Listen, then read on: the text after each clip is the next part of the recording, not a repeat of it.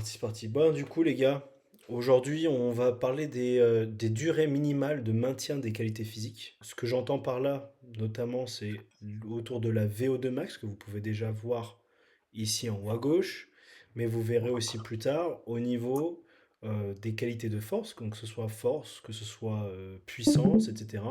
J'aurais aimé aborder d'autres qualités comme la souplesse, etc., mais j'ai pas réussi à trouver vraiment d'études l'abordant, ou en tout cas, on verra, peut-être que j'arriverai à le retrouver au fur et à mesure d'autres recherches ultérieures.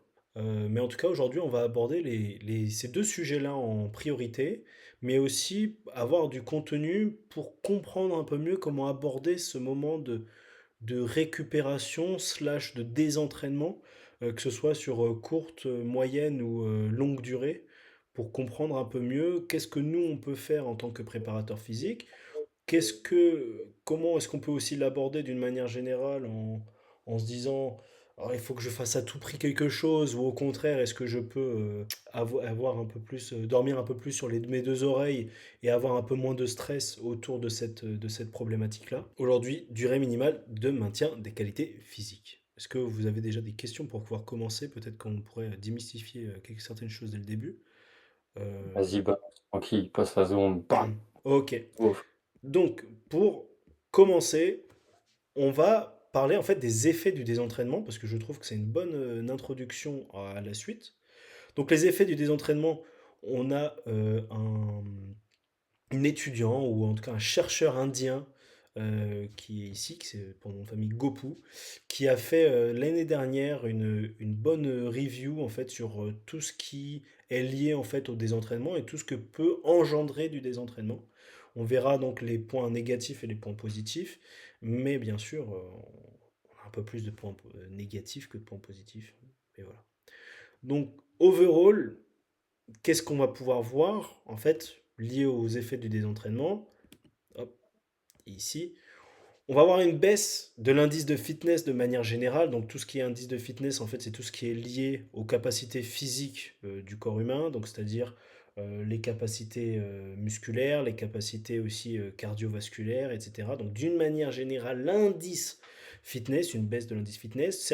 Certaines fois, on pourra aussi voir une augmentation du poids, aussi une baisse de la santé métabolique et aussi une baisse de l'humeur de manière générale.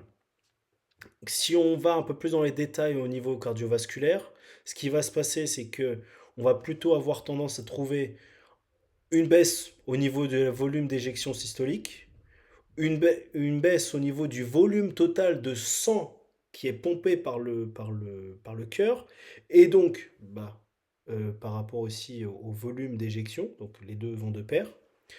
Aussi une augmentation du volume de fréquence cardiaque de repos, une baisse au niveau du volume sanguin total, d'accord, et donc une, c'est assez moche, mais en tout cas il écrit oxygénation, c'est mon correcteur qui a changé ça, mais en tout cas ce qui va, ce qui va avoir une répercussion sur l'oxygénation musculaire, l'oxygénation du sang qui ensuite est rapportée aux muscles, une baisse au niveau de la capillarisation et aussi un risque cardiovasculaire qui va plutôt augmenter. Au niveau musculaire, on va avoir un commencement d'atrophie musculaire, des adaptations neuromusculaires qui vont, elles, baisser, la baisse du nombre de fibres musculaires, une perte au niveau de la force musculaire, une perte au niveau du tissu conjonctif. Au niveau de la souplesse, une baisse au niveau du range of motion, donc de l'amplitude des articulations, une augmentation de la raideur musculaire, une baisse de l'élasticité, une augmentation des imbalances, j'ai plus du tout le nom, je ne sais pas pourquoi il ne me vient pas en tête, euh, Déséquilibre. des déséquilibres, merci, des déséquilibres musculaires, et une baisse non, une détérioration de la posture liée en fait à la tonicité musculaire. Tout ça, bien sûr, en fait, je fais une petite aparté. Ici, j'ai pas noté, mais pour chaque information, Gopu nous met les études à lesquelles il fait référence. Donc, tout ce qui est ici est référencé dans son étude. Je ne suis pas allé chercher chaque étude. Pour continuer, on a aussi des changements au niveau métabolique, pardon. Une baisse au niveau de la sécrétion de l'insuline, une baisse aussi au niveau du métabolisme du glucose, donc la production de glucose, mais aussi son utilisation et sa dégradation. On a aussi un profil lipidique qui est détérioré, donc de pair aussi par rapport au glucose. Si d'un côté on va avoir une détérioration au niveau métabolique du glucose, ben aussi on va avoir tout l'aspect lipidique qui va aussi rentrer en conséquence. Non pas, je ne fais pas un amalgame entre les deux, mais bien sûr juste pour comprendre que d'une manière générale, tout le métabolisme va être impacté. Donc ici, métabolisme basal qui va lui être modifié. On a la composition corporelle que j'ai déjà fait référence au-dessus. Aussi une modification au niveau des hormones. On peut aussi retrouver une baisse au niveau de la coordination motrice et au niveau psychologique, une baisse au niveau de l'humeur, peut-être même dans certains cas au niveau du sommeil, etc. Mais qui n'est pas fait référence dans cette étude. Donc, très grossièrement, enfin, c'est pas très grossièrement quand même, j'ai fait le tour de son étude, mais on peut tout de même trouver des plus. Une, une aide au niveau de la récupération suite à un cycle d'entraînement qui est plus ou moins difficile ou après une saison difficile. Donc, par exemple, je prends l'exemple surtout nous en Europe, au niveau du football, où en fait les saisons sont à rallonge avec énormément de matchs, encore plus si on va à des compétitions européennes, ou même en France avec le top 14 qui est le rugby, un sport quand même de contact, où derrière ça entraîne énormément de fatigue, mais donc la récupération elle-même est impactée, avec en plus les trêves internationales, etc. etc. Euh, Ça peut même aider, en fait, au mental, tout simplement. Si je suis fatigué, bah, je peux être plus irritable, etc. Donc, de l'autre côté, on avait vu que, bah, en fait, l'humeur et le mental, il peut être, ça peut être délétère pour l'humeur et le mental, mais de l'autre côté aussi, peut-être qu'il peut y avoir des effets positifs, en fait, au repos de manière générale. Et aussi, ça a un peu engendré ici une prévention du surentraînement. Mais dans quelles conditions? En fait, ce plus, bien, il est un peu contradictoire avec tous les moins que je vous ai dit, donc et tous les inconvénients. Mais ce qu'il faut bien comprendre, c'est que ces plus et ces moins, il faut comprendre de comment est-ce qu'on joue avec eux, dans quelles circonstances, dans quel laps de temps, etc. Donc c'est ici, maintenant on va passer en fait directement au niveau athlétique, au niveau des différentes qualités physiques. Donc ici, on va commencer par la part de VO2 max, où on va comprendre un petit peu ce qui se passe derrière et en fait, au niveau notamment des études, les différentes stratégies, les différentes périodes sur lesquelles ils ont étudié pour comprendre un peu mieux l'effet du désentraînement et aussi comment est-ce qu'on peut jouer avec au niveau de l'entraînement. On a l'étude de Ji Zheng qui est en gros qui étudie les effets du court et à long terme du désentraînement sur la VO2 max, d'accord? Donc il nous a fait une méta-analyse où il a étudié sur deux périodes, une période en dessous de 4 semaines et une période au-dessus de 4 semaines. Pourquoi une période en dessous de 4 semaines et au-dessus de 4 semaines? C'est parce que la plupart des études de manière générale vont être en dessous de 4 semaines. On va avoir du 2 semaines, on va avoir du 3 semaines, on va avoir du 4 semaines. Et des fois, on a aussi donc du au-dessus de 4 semaines, 8 semaines, 12 semaines, etc. etc. Aujourd'hui, on va voir un peu cette part de 4 semaines, de moins de 4 semaines, et cette part donc de plus 4 semaines. Lui, dans son étude, il se dit on est dans la bonne fourchette pour pouvoir commencer à avoir des différences au niveau de la VO2 max et comprendre un peu mieux ce qui se passe. Dans son introduction, il nous parle donc de plusieurs études. Donc là, on va faire un peu cette partie au niveau de son introduction. Donc, par exemple, Mujika et Padilla, qui ont sommérisé plusieurs recherches et qui ont découvert au niveau de la VO2 max que les athlètes à haut niveau d'entraînement ont diminué de 4 à 14% après euh, peu de temps, donc en dessous de 4 semaines de désentraînement, mais qui ont diminué entre 6 et 20% au niveau de VO2 max sur le long terme, donc long terme au-dessus de 4 semaines. Il nous dit aussi, au long terme, pardon, l'impact sur VO2 max, on a l'impression qu'il est plus important. Mais on a du mal à comprendre où est-ce que se fait où est-ce qu'il y a cette différence de à quelle semaine, si c'est à la 6e semaine, si c'est à la 8e semaine, qu'il va y avoir d'un coup un gros gap, ou en fait si c'est crescendo, etc. Parce que tout dépend des tests, on n'est pas là en train de tester toutes les semaines, au contraire on teste après 4 semaines et ensuite après 8 semaines, etc. Quelques études ont montré que chez des personnes entraînées, en dessous de 4 semaines, et ben en fait, il ne se passe rien au niveau de VO2 max. Donc, il faut comprendre aussi le niveau de nos athlètes. C'est ça que ça veut dire. Il faut comprendre.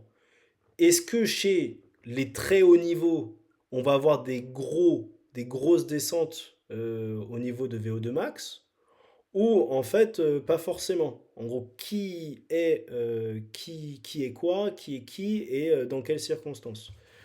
Parce qu'on va voir plus tard aussi au niveau, je ne sais pas si je l'ai mis ici, je crois que, je crois que non, parce qu'il y avait en fait dans ces groupes-là, il y avait énormément de différences. Donc dans les groupes de cette étude-là, il y avait beaucoup de différences qui variaient en fait sur certaines personnes dans le long terme qui avaient des baisses de VO2 max de 0,9%. Donc c'est vraiment très très peu, mais dans ce même groupe de personnes-là, on avait du 20%. Donc c'est vraiment individu dépendant. Ok? Mais on peut tout de même voir comment est-ce que je peux dire? On peut voir quand même Oui. des tendances. Et en plus, c'est marqué highly trained athlete. C'est Et du ça? coup, si t'es pas train, t'as rien à perdre. Oui, mais là, bien sûr, il est à chaque fois Donc, est-ce qu'il faut parlé. vraiment s'entraîner? Bah, En imagine. fait, toute l'industrie nous dit d'aller faire de la muscu. Reste chez toi, mange des bonbons.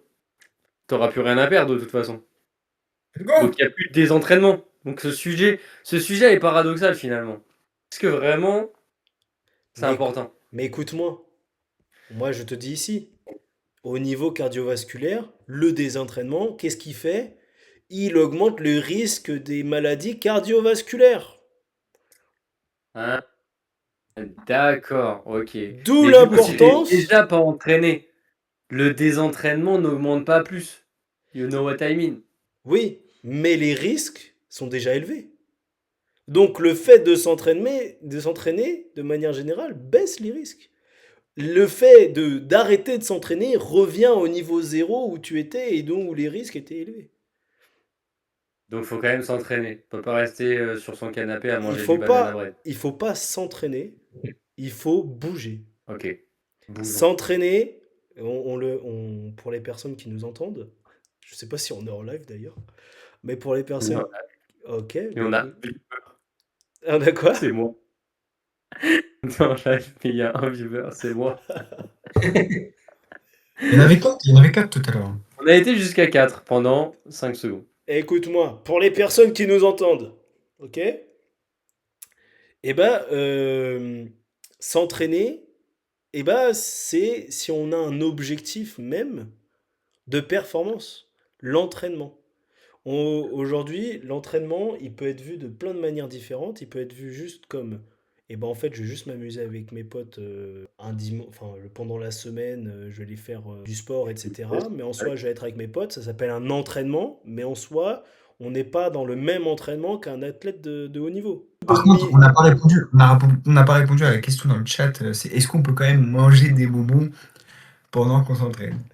La Ah, grande question. La Eh ben, grande question au final. moi, je dirais que désolé. oui. Tout dépend de ton sport. Si tu fais un sport où en gros tu soulèves des barres, je sais pas si c'est le plus adapté. Mais si tu fais un sport où tu fais du marathon, bah moi je te dis pas non. Conclusion, mangez des ravioli pendant que vous courez. Après moi je m'appelle pas, je sais plus le nom de notre prof de nutrition, mais bref, je fais plus on fait pas de, ça fait, Rebérol, Julien Rebérol. je m'appelle pas Et Julien Robérol exactement, donc je ne suis pas nutritionniste, donc je peux pas non plus trop te donner de conseils. Après, une chose que je sais, c'est que si t'as compétition le week-end, il faut pas manger un sac d'amandes. Ça, faut pas. C'est un peu trop. C'est On rentre dans les non-recommandations de l'OMS. C'est beaucoup. Avec 400 parcimonie. 400 grammes d'amandes égale pas 400 grammes de poids. Non, non. Bref, sur cette petite aparté, on va continuer. Euh, du coup, pour continuer, au niveau, donc je vais faire dans l'ordre, pardon. Le statut d'entraînement de la VO2 max avant le désentraînement peut affecter le à un effet. Attends. Alors, Ah, ouais. fin d'aparté, on repart.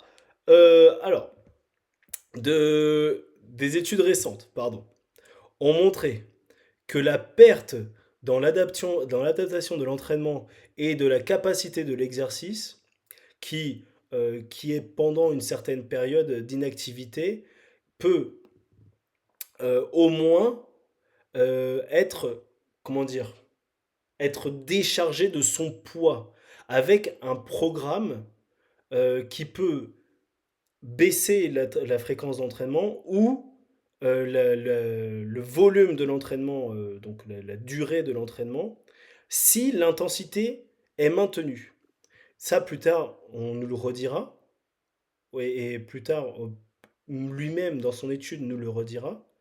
Et on verra aussi avec des footeux que selon l'intensité des rappels, on va dire, on pourrait arriver à maintenir certaines qualités physiques, dont pardon, la VO2 max. Où en fait, on voit qu'on arrive avec des durées d'entraînement qui soient plus basses. Donc, au lieu d'arrêter complètement, par exemple, pendant un mois complet, ou donc là, on parle bien de VO2 max, d'accord? Après, on verra au niveau de la force. Mais au niveau de VO2 max, on voit que au lieu d'arrêter complètement pendant plus de 4 semaines, ou au moins pendant 4 semaines d'affilée sans rien, on peut limiter la casse beaucoup plus en faisant juste des périodes d'entraînement, des séances d'entraînement plus courtes, mais à haut niveau d'intensité, ce qui nous permet en fait d'avoir moins de drop de VO2 max ou même maintenir la VO2 max comme elle était au début. Ici, par exemple, Barry et collaborateurs nous reportent que 40 minutes, un entraînement de 40 minutes à 80% de FC max, 2 fois par semaine, peut maintenir VO2 max dans une population générale pendant 15 semaines. Donc, juste 2 fois par semaine, donc ça veut dire que d'abord, on s'entraînait à un certain niveau, on a baissé l'entraînement, voire on n'en faisait plus, et bien juste 2 fois par semaine, 40 minutes, ben un petit footing de 40 minutes à 80% de FC max, et ben ça nous permet de maintenir notre niveau de VO2 max pendant 15 semaines. Ici, Oumar et Mujika et Padilla encore une fois. Donc Mujika et Padilla, c'est vraiment ceux qui ont beaucoup travaillé sur le désentraînement, ont montré que juste si on garde 80% du volume total d'entraînement, ça permet qu'au niveau de l'endurance, rien ne baisse. Donc au niveau de la VO2 max, on pourrait ne pas avoir de grosses baisses au niveau de VO2 max. Est-ce que ça va? Est-ce que j'ai été Là clair? où je trouve ça un peu enfin, bizarre, c'est pas bizarre, mais comment exprimer ça? C'est pas que c'est pas utile, mais en fait, quand tu me dis 40 minutes à haute intensité, parce que c'est au-delà de 80% de la fréquence cardiaque maximum, Mhm. 2 fois par semaine, 2 fois 40 minutes, en fait, tu t'entraînes. C'est pas, pour moi, c'est pas un maintien, tu vois? Quand tu fais, je sais pas, là, en ce moment, admettons, j'ai pas trop le temps de m'entraîner en muscu et je veux maintenir mon niveau au bench parce que je viens de passer un mois à en faire tous les jours et je me dis, bah, 2 fois par semaine, je fais 2 séries lourdes, tu vois? 2 fois, je fais du 2 fois 2 à 90%, 2 fois par semaine. Bah, là, c'est vraiment condensé, tu vois? Je fais que 4 reps effectives dans la semaine à haute intensité pour maintenir ma force. On parle vraiment de peut-être 5-6 minutes, 10 minutes max dans la semaine, tu vois? Oui, bien Là, sûr. on parle de 2 fois 40 minutes. En fait, pour moi, 2 fois 40 minutes, c'est des séances. Actuellement, avec mes gamins, par exemple, à l'académie, je fais pas 2 fois 40 minutes de cardio, et pourtant je considère que pour eux c'est du développement. Et c'est pas, je considère, c'est du développement, puisque là on a refait des tests physiques il y a pas longtemps, et ils ont encore progressé, tu vois. Donc ils se développent, et pourtant ils font une fois 30 minutes à 40 minutes par semaine, tu vois. Donc je trouve ça un peu bizarre qu'ils disent que voilà, conduire 40 minutes d'entraînement à haute intensité 2 fois par semaine peut maintenir, bah, en plus avec the general population, mais avec 2 fois 40 minutes par semaine, tu ne maintiens pas, tu développes clairement ces qualités-là. Enfin, Parce que c'est mon opinion. j'entends complètement, là je vais donner un contre-argument où je vais prendre mon côté. Si tu prends des coureurs, tu vois, de manière générale, les coureurs, eux, ils ont besoin d'un énorme volume d'entraînement pour pouvoir maintenir, que ce soit coureur, que ce soit cycliste, tous les sports qui sont vraiment axés autour de VO2 max, ou en tout cas au niveau cardio, entre très gros guillemets, eux, ils ont besoin des niveaux, des volumes d'entraînement qui sont énormes. Moi, par exemple, mais à l'athlétisme, c'est 2h30 tous les jours d'entraînement. Ok. Deux fois 40 minutes par semaine, bah, il n'y a rien. D'accord, ok, donc oui, donc là, dans cette population-là, 2 fois 40 minutes, tu es vraiment sur une réduction importante du volume Voilà. et un En fait, gros ce qu'il maintien faut de voir, l'intensité. Et pour cette population-là, ce serait intéressant, enfin, exactement. ça permettrait de maintenir les qualités. Ok. En gros, Ah ce oui, qu'il c'est faut plus de... voir, c'est là, parce que du coup, moi, j'ai juste repris les dires de cette étude, tu vois, j'ai repris les citations, etc. Ce qu'il faudrait voir, c'est revoir un peu la méthode de Barry et collaborateurs pour comprendre réellement sur qui il parle. Est-ce qu'il parle vraiment, bah là en plus, c'est comme tu l'as dit, c'est General Population, mais est-ce que c'est General Population de gens qui font des marathons, je sais pas moi, des personnes, parce qu'il y a des personnes qui font des marathons en 4 heures. C'est pas les mêmes personnes qui font des marathons en 2 heures. D'accord. Donc, est-ce qu'on parle de General Population qui en fait s'entraîne quand même, on va dire, moyennement, voire un moyen plus, on va dire, par semaine, mais en full cardio, et qui sont capables au moins de pouvoir enchaîner en une heure de course à intensité moyenne. Est-ce qu'on parle de ce genre de personnes-là? Ou est-ce qu'on parle au contraire, comme tu dis, bah, toi, de ton côté, et ce qui est totalement valide, c'est du développement pour certaines personnes. Moi, pour moi, ça le sera complètement.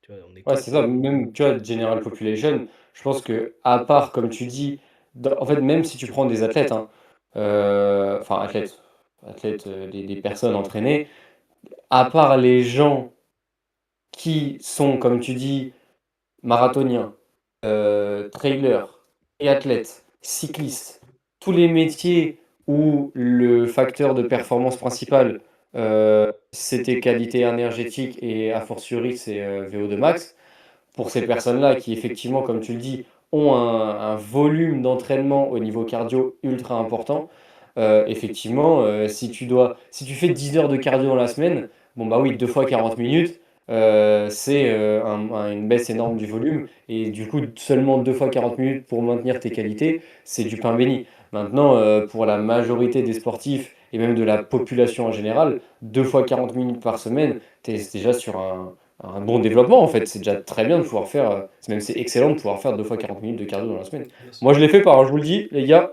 moi je les fais pas. Moi, je vois ça un Je... peu comme, tu vois, par exemple, les off-saison.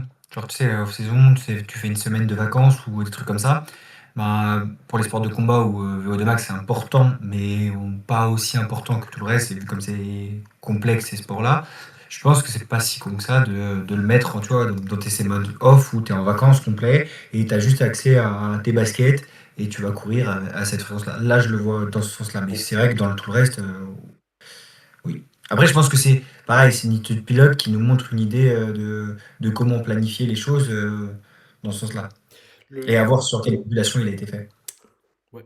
D'ailleurs, c'est bon, j'ai recompris cette phrase-là, pardon, et c'est selon l'état de ta VO2 max avant, donc ça veut dire plus ta VO2 max, ça sera très élevé avant la période de désentraînement, et ben en fait, elle peut avoir un effet sur sur la courbe descendante. Si ta VO2 max était déjà, on va dire, plus ou moins basse au début, et ben en fait ta courbe descendante de VO2 max, elle va être un peu moins abrupte que si ton niveau de VO2 max il est très élevé. En fait, c'est plus dans ce sens-là que ça veut dire. C'est le adverse effect, en fait, c'est cet effet délétère, d'accord? Cet effet de comment ma VO2 max va chuter. Ok. Ici, donc Pardon. dans cette étude, Jizeng, il nous montre que ce soit le court période ou la longue période, on va avoir une baisse. D'accord. Donc courte période en dessous de 4 semaines et longue période au-dessus de 4 semaines. On va avoir une baisse de 3,93% en moyenne au niveau de VO2 max sur le court terme et une baisse de 9,43% sur le long terme. D'accord. Euh, il est important de noter qu'il n'y a pas de différence significative dans le déclin de la VO2 max entre 30 et 90 jours et au-dessus de 90 jours. Donc, par rapport à ce que je vous disais ici, selon le statut, donc selon comment était VO2 max au début, il n'y a pas forcément de différence de drop entre cette période-là de 30 à 90 et au-dessus de 90. D'accord. Dans les différents groupes que lui, il a analysés. Le, les résultats de cette recherche montrent qu'il y a une relation entre la dose et l'effet entre la durée de désentraînement, mais aussi entre l'effet du désentraînement. Quand l'entraînement s'arrête et au-dessus de 90 jours, l'effet délétère causé par l'entraînement pour l'arrêt de l'entraînement, pardon, ne va plus continuer d'empirer. D'accord. En fait, c'est cette courbe-là que vous devez avoir en tête. En tout cas, c'est comme ça que moi je l'ai compris. C'est cette courbe, elle ne va pas continuer. En fait, c'est pas exponentiel. Elle ne va pas continuer de manière exponentielle à chuter. D'accord. C'est pas parce que ça a chuté très fortement dès le début que ça va continuer comme ça jusqu'à la fin. Et ça, c'est logique quand on comprend un peu le fonctionnement du corps humain, où en fait on se rend compte que on n'est jamais dans les extrêmes, que tout dépend de tout, et que même les adaptations, pour, je sais pas moi, pour pouvoir gagner du muscle, ben en fait on va pas gagner de manière exponentielle, non, on y va petit à petit, ou Bah, prendre du puis, gras, etc. ça rejoint ce que tu viens de dire juste avant, du fait que plus ta VO2 était élevée, plus ça diminuait. Mhm. Et, et plus elle est basse, moins elle diminue. C'est ça, exactement. Le, on a un autre exemple par une étude de Clément qui nous dit faire du jogging entre 50 et 60% de VO2 max de 20 à 30 minutes, 2 à 3 fois par semaine pendant la off-saison, donc ce que tu disais Mathieu, peut limiter les effets délétères de désentraînement sur la VO2 max pour des joueurs de football. Ici, Spearing et encore Mujika nous disent vraiment que l'intensité de ton exercice, en fait, elle va être la clé pour pouvoir limiter cet effet délétère et donc de la perte au niveau de VO2 max. High intensity exercise 2 times a week can allow athletes to maintain VO2 max pendant 15 semaines. Donc en fait, ce qui rejoint ce qui est écrit, ce qui a été dit ici. D'accord.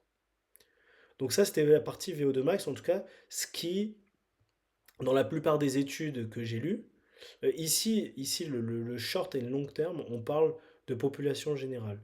Le, pour des athlètes, où là je vous disais, en fait on a des pourcentages qui sont beaucoup plus disparates, où en fait on a des pourcentages, par exemple, pour des gens qui ont complètement arrêté, qui vont de 20% de perte de VO2 max à certaines individualités qui ont complètement arrêté pendant ce long terme, juste de 0,9%. Donc encore, c'est individu dépendant, etc.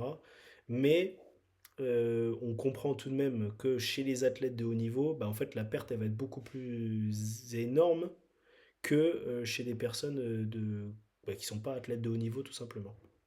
Ou en tout cas qui n'ont pas de volume d'entraînement si conséquent. Ok. Donc toujours revoir en fait notre contexte et le contexte dans lequel on entraîne. Maintenant, on va passer d'un point de vue de la force, donc la point de vue cette fois-ci, donc puissance. Donc quand je dis puissance, je compte bien sûr vitesse, force, etc. J'ai tout mis ensemble pour faire cette sous-partie. Pendant, pendant les courtes périodes de désentraînement, donc en dessous de 4 semaines, le niveau d'évidence est limité. Voilà ce qu'ils nous disent. Sur certaines études qui nous démontrent qu'il n'y a certaines études pardon, nous démontrent qu'il n'y a pas de changement ou il peut y avoir certaines augmentations au niveau de la force, de la vitesse, de la puissance sur les périodes d'inactivité. Donc ça veut dire que peut-être qu'au niveau de la force, en fait, on gagne à se reposer et ne rien faire. C'est ce qu'on nous disait dans les plus, là, au tout début, ici dans les plus, qu'en fait, il y a de la récupération. Donc, est-ce que, comme on avait parlé une fois des entraînements concurrents, où en fait on avait parlé des différentes, donc mTOR, etc., etc., etc., et ben en fait, est-ce qu'il n'y a pas un peu aussi quelque chose qui peut se ressembler au niveau physiologique, au niveau de la force, au niveau des facteurs de force, des qualités de force, pardon, et aussi des qualités cardiovasculaires, où en fait d'un côté on va avoir beaucoup plus de pertes, mais de l'autre côté au contraire on va avoir des effets positifs au désentraînement qui en fait va être la récupération. Ortho Baggy, je ne sais pas comment on doit dire ça. Lui, dans son étude, n'a pas observé de changement sur le vertical, sur le vertical jump, la hauteur de saut verticale, pardon, pour les personnes qui n'ont pas fait d'entraînement pendant 2 semaines. Donc d'un désentraînement de 2 semaines. Le Turco a lui vu qu'il y a des importantes augmentations au niveau du RFD sur du 5 et le 15 mètres de sprint, donc sur les sprints de 5 mètres et de 15 mètres, sur les athlètes féminines de haut niveau de saut à la perche, mais qui eux ont été en désentraînement pendant 28 jours. D'accord. Mais Viara, Ouais. je sais pas si tu as vu les études, mais du coup, le désentraînement dont il parle, c'est un désentraînement total où il n'y a plus d'activité. C'est un désentraînement de l'activité spécifique. C'est un désentraînement des sauts ou des accélérations. Tu sais ou pas ça? Oui, en gros, si je me souviens bien, le Turco, lui, ça a été une période de complètement arrêt où en fait c'était pendant les vacances. Où en fait il les a testés après les compétitions, etc. Ensuite ils ont eu 28 jours d'arrêt et ensuite il les a retestés au retour à l'entraînement. Pour Orthobagui, ça je ne sais pas parce que j'ai pas regardé, mais pour le Turco c'était ça. Le, Ok. Ici, donc Lucas Pereira dans Thomas Tefretas, encore le Turco, donc on revoit en fait les mêmes personnes au niveau de la force. Dans leur étude, nous montrent que après une courte période de désentraînement, les, euh, les, les participants ont expérimenté une, une augmentation significative au niveau d'une counter movement jump. Donc, ce qui veut dire qu'au niveau donc counter movement jump, on est sur de l'élasticité musculaire, mais aussi au niveau de la puissance musculaire, on a une augmentation significative.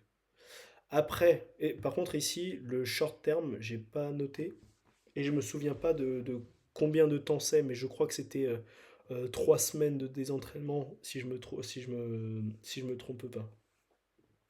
Après une courte période de désentraînement, la fatigue accumulée sur toute la saison pourrait peut-être en fait se dissiper et donc avoir par rapport à la récupération que je vous disais plus tôt.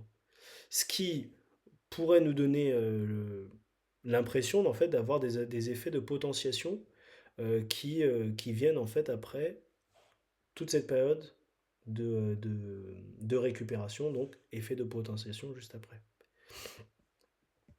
On n'a pas trouvé de changement significatif au niveau de la force et de la vitesse euh, après, au niveau des leg press 1RM et du 10 mètres. D'accord, dans cette étude-là. D'accord, donc c'est pas la même. Il faut faire attention, c'est pas la même qu'on a parlé juste avant. Donc, la baisse, enfin, le fait qu'il n'y a pas eu de changement nous dit peut-être qu'en fait tout s'est joué plutôt au niveau pliométrique d'une certaine manière, ou en fait peut-être qu'au niveau pliométrique il y a eu un changement, mais au niveau de la force il n'y a pas eu de changement. Ce qui pourrait expliquer pourquoi au niveau du CMJ il aurait pu y avoir une amélioration. Donc ce qui voudrait peut-être dire qu'il y aurait eu une, une adaptation positive au niveau neuromusculaire. C'est ces découvertes renforcent la notion que les joueurs de football n'ont pas besoin de développer. Vous savez, ça, c'est ce qu'il disait à la fin, mais moi, je suis pas très très fan de ça. Mais en fait, ce qui voudrait dire que peut-être, on va dire dans une période de réentraînement avant la saison en football sur 4 semaines, il n'y aurait pas forcément de besoin de partir d'une idée qu'il faudrait une fondation de force, vous savez, une base de force, pouvoir reprendre de bonnes bases, etc. En gros, ce qu'il nous dit, c'est comme après, je sais pas moi, 3 semaines ou 4 semaines, il y aurait en fait pas vraiment de changement au niveau de la force d'une manière générale, ou même il peut y avoir une amélioration au niveau de la force de saut, donc au niveau par exemple du CMJ, et ben ça voudrait dire qu'on n'aurait pas besoin forcément de fondation de base. Moi, je suis pas très très d'accord tout de même, parce qu'en fait, il peut y avoir tout de même une détérioration au niveau de la qualité de mouvement, de la coordination, etc. J'ai pas d'études pour pouvoir montrer ça, mais ne serait-ce que nous pratiquants, bah, en fait, on le voit quand on fait rien pendant un petit moment, bah, on a besoin de se remettre un peu en route, parce que sinon, bah, je sais pas, je vais prendre l'exemple de, j'en parlais avec Closet plusieurs fois, mais moi en squat, à chaque fois que j'en fais pas pendant un petit moment, bah, mes performances chutent mais drastiquement, et je ne sais pas pourquoi. Par contre, Dingue. ouais, ouais, c'est un truc de malade. Et donc je pense qu'il y a un vrai, il y a un vrai désentraînement au niveau moteur par contre. Et ça, ce serait bien d'en parler. On peut toujours parler aussi de cette étude en fait qui est sur des nageurs à niveau nationaux slash olympique qui nous montrent d'une manière générale que en fait après 12 semaines de désentraînement, donc là on n'est plus sur 4 semaines mais 12 semaines de désentraînement, il y a une baisse de force en fait, et de force sur tous les facteurs de force. Ici, ils nous ont fait des counter movement jump, ils ont aussi fait des tests au niveau de la vitesse de crawl, etc., où ils ont découvert des, euh, des niveaux pré et post qui sont quand même assez éloignés les uns des autres, montrant une, une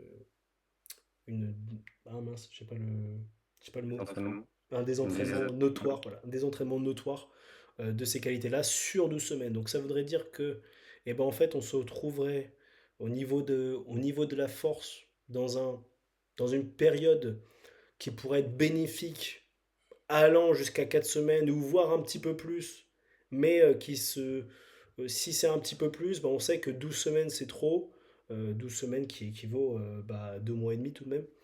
Donc avoir un petit peu comment est-ce qu'on joue avec ça, avec les timings, voir quels sont les bons timings de, euh, qu'on peut s'allouer au niveau du désentraînement en se disant, bah, en fait, je sais que moi, pendant cette période-là, bah, j'ai pas de stress à me faire au niveau de mes qualités physiques.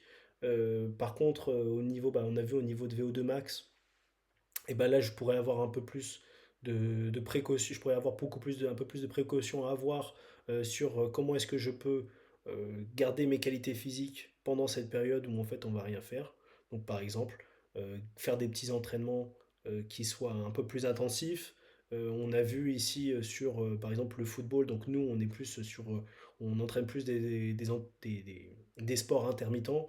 Donc là par exemple ici, 50 à 60% de VO2 max entre 20 et 30 minutes 2 à 3 fois par semaine. ça pourrait être peut-être quelque chose qu'on pourrait travailler. Je dis pas forcément courir pendant 20-30 minutes, 50-60, peut-être qu'on pourrait avoir du hit, peut-être qu'on pourrait avoir, enfin bref, des méthodes d'entraînement, il y en a plein. Donc ensuite, c'est à nous, préparateurs physiques, d'imaginer ça. Mais en tout cas, on a quelques petites guidelines, sachant que euh, moi, j'aimerais étoffer ça un peu plus pas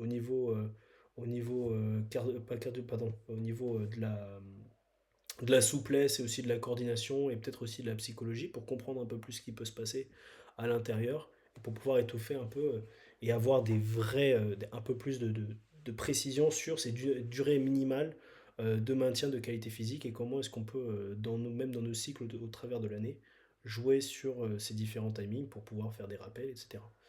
Donc voilà pour ma part. Mais il y a ça normalement, non? Déjà, il y a des études qui disent, bah, par exemple, on sait que la vitesse, c'est à peu près 7 jours, tu vois. Oui, oui, non, mais en fait, c'est juste que quand j'ai fait ma présentation, j'ai commencé à chercher des trucs.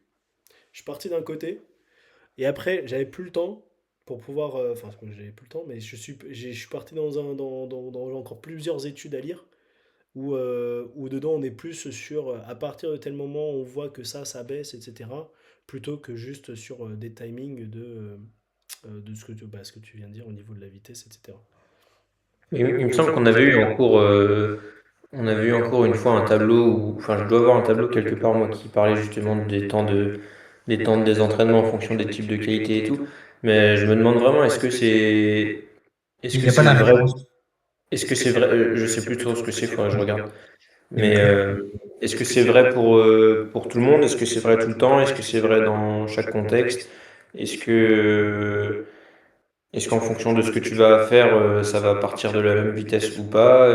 Est-ce qu'en fonction de l'état psychologique de la personne, c'est plus favorisant de la mettre au repos plutôt que de la maintenir un peu en activité physique? Tu vois, il y a plein de choses qui se posent comme questions comme ça, et du coup, ce qui serait intéressant de savoir, c'est qu'est-ce que tu peux mettre en place pour faire les bons choix, tu vois. Mhm. Bah ouais, c'est un peu, est-ce que au niveau de la vitesse, tu vois, parce qu'au final, in fine, on sait que, ouais, bon, au bout d'un moment, il y a un désentraînement. Ok, soit. À partir de quand? Bon, là, du coup, ça nous donne un peu plus de trucs. Ouais. On sait aussi, je pense tous que, avec, oui, un minimum d'intensité, tu vois, l'exemple que moi je donnais sur la force, où là, on parlait sur la VO2 max, tu peux maintenir maintenant. Ce qui serait bien de savoir, c'est quelle est justement cette dose minimale. Par exemple, sur un exercice que tu veux maintenir en force, admettons le squat, c'est quoi le nombre minimal de séries slash répétitions que tu dois faire par semaine?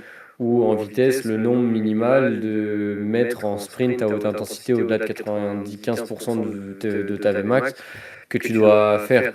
Ou au niveau de ton cardio, justement, tu vois.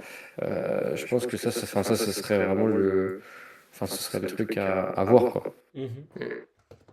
J'essaye là en ce moment de faire un pont entre tous les séminaires que je vous fais. En gros, là, ce que tu viens de dire, la dose minimale, bah, en fait, on retourne un peu sur le micro-dosing. Au niveau de qu'est-ce que tu peux mettre en place, en fait, avoir une partie un peu plus pratique de tout ça. Là, j'essaie de petit à petit. Triphasique. Voilà, et on part sur le. Non, non. Mais en gros, j'essaie de petit à petit faire un Longtemps, point un parce petit que je pense. séminaire triphasique, là. Ça manque un peu, je trouve. Bah attends, j'ai pas encore commandé le. Deuxième partie. Tu sais, on dirait les vidéos d'Amixem, cache-cache extrême x12, vidéo Le Bon Coin x36, triphasique 14 et 14 bis. Bah, attends, j'ai pas encore lu le 2, j'ai pas encore reçu le 2. Quand le 2, je l'aurai lu, t'inquiète, pendant 3 séminaires, ça sera le triphasique, hein. Ah, j'ai une question, moi, par rapport à ça. C'est, Vas-y. du coup, est-ce qu'il faut promouvoir l'éducation de nos athlètes pour qu'ils comprennent un peu ce côté entraînement, désentraînement et optimisation de la performance? Parce que je vais prendre l'extrême, quand tu as un athlète qui ne veut pas prendre ses semaines de deload et qui veut quand même s'envoyer une séance de puissance ou une séance de force max ou des choses comme ça, d'aller lui faire comprendre qu'il n'a pas forcément besoin de cette séance-là, mais il a juste besoin d'avoir un maintien pour pas perdre des choses. Et pas d'en s'envoyer et perdre complètement la logique de son entraînement. Bah, je pense que c'est difficile, ça dépend de l'expérience et des caractères des gens aussi, parce que le problème, c'est que des fois, tu fais face à des personnes qui ont pas eu de contre-exemple, que le fait de faire leur séance, ça soit délétère à leur performance, et elles voient pas le problème de la faire. Et puis toi, tu peux pas leur dire que c'est un problème, puisque ça leur a jamais été délétère, donc c'est difficile Tout le de. fait de les éduquer là, par rapport à ça. Ouais, ouais, ouais. Faire comprendre par A plus B ou je sais pas par quel moyen, mais du coup de construire quelque chose qui peut les aider à se dire ok, bah en fait, c'est pas parce que je m'entraîne pas que je perds tout, ou c'est pas parce que je m'entraîne plus que je vais gagner plus. Mm. C'était juste une petite réflexion. Ouais. Moi, je suis de plus en plus en Judo train en de soi, me questionner sur l'importance des semaines de deload. Dans le sens où j'ai l'impression que si tu programmes correctement ton entraînement, en fait, t'as pas forcément besoin d'avoir des semaines de deload, tu vois. Après, tu peux choisir de pousser plus certaines semaines, d'avoir plus, mais justement, est-ce que tu es plus efficace sur un bloc, admettons sur 12 semaines?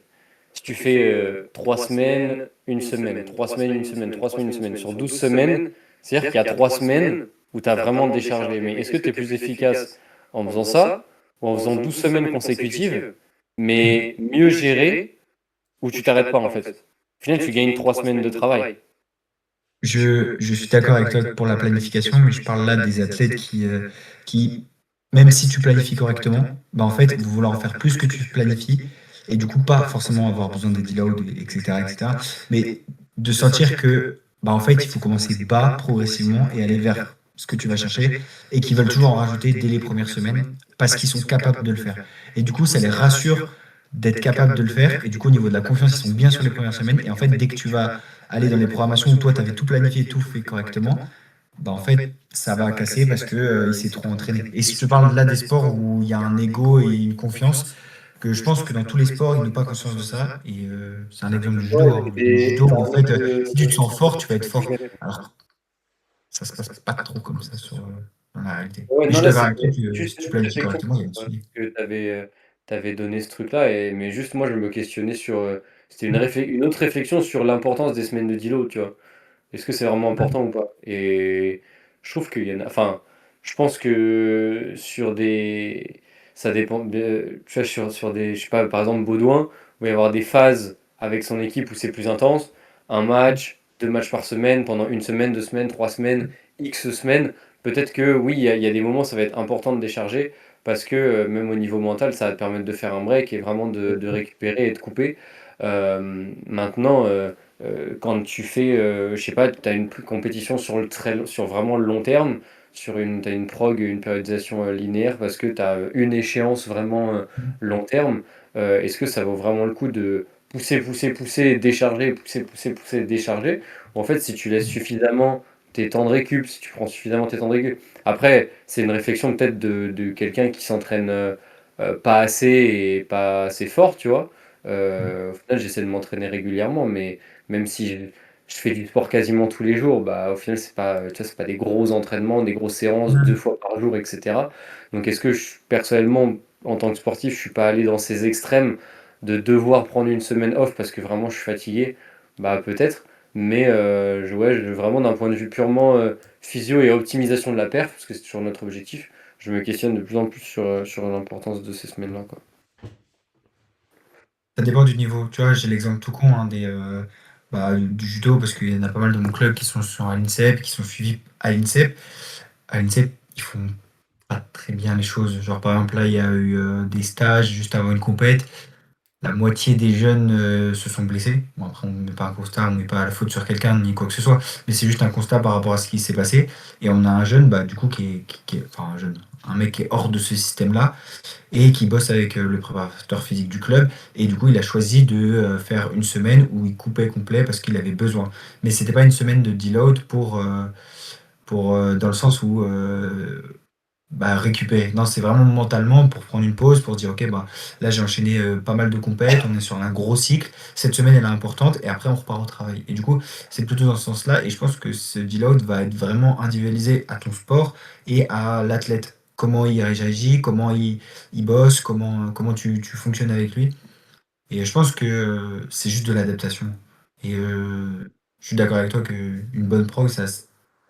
Après, le problème, c'est là, c'est qu'on est dans un écosystème où bah, je pense que les entraîneurs n'ont pas forcément la main sur la charge d'entraînement, alors que nous, on peut plus facilement l'avoir, mais par contre, on n'a pas celle qui est sur le terrain. Je parle pour le judo, je parle pour d'autres sports qui sont pas professionnels, et du coup, là, c'est beaucoup plus compliqué.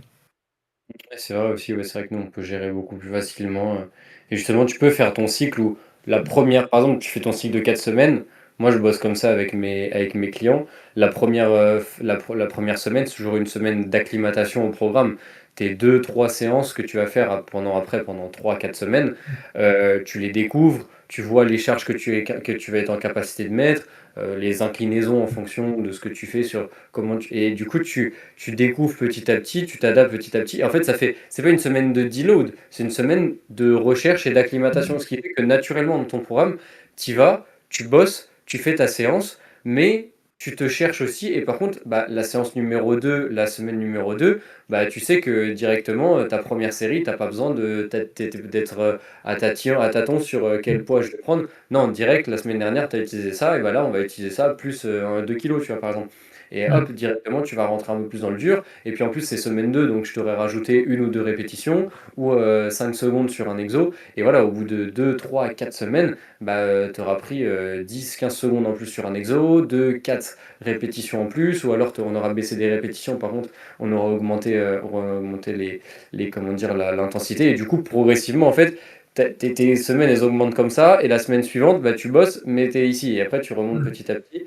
Et en fait, ça fait une espèce d'oscillation, tu vois, mais constante. T'as jamais une semaine vraiment où tu coupes ou dire volontairement je cut 50% du volume pour éviter de fatiguer trop, tu vois. Donc voilà. Bah, c'est clean, hein? Bibi, babidi, bou. Bon. Bah, nickel. Kill, kill.